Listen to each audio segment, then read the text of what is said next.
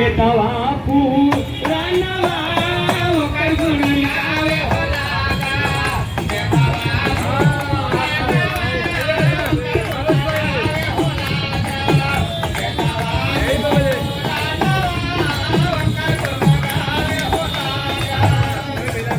स्वामी रामानंद हो जी के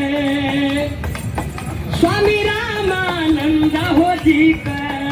शिष्य राम स्वामी रामानंद हो जी के शिष्य रविदास हो रहा है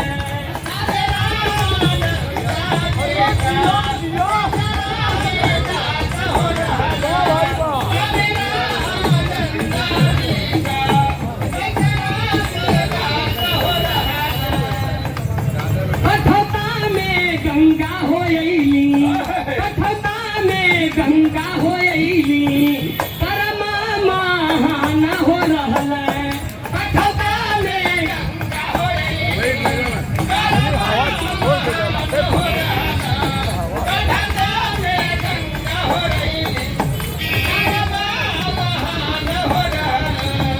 भक्ति के बल पर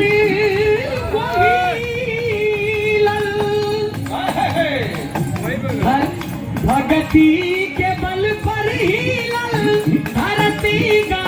गाना रे ओकर कुल गावे हो लागल बेटवा पुरानवा ओकर कुल गावे हो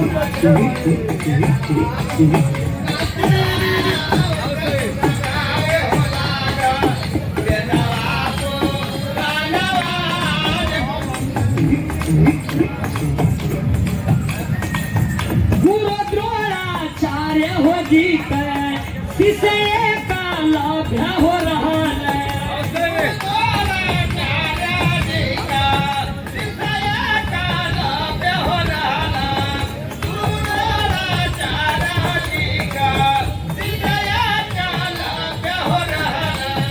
बनवा से मारी हो मारी बनवा से मारी हो मारी कुतवा के मुहवा हो भरल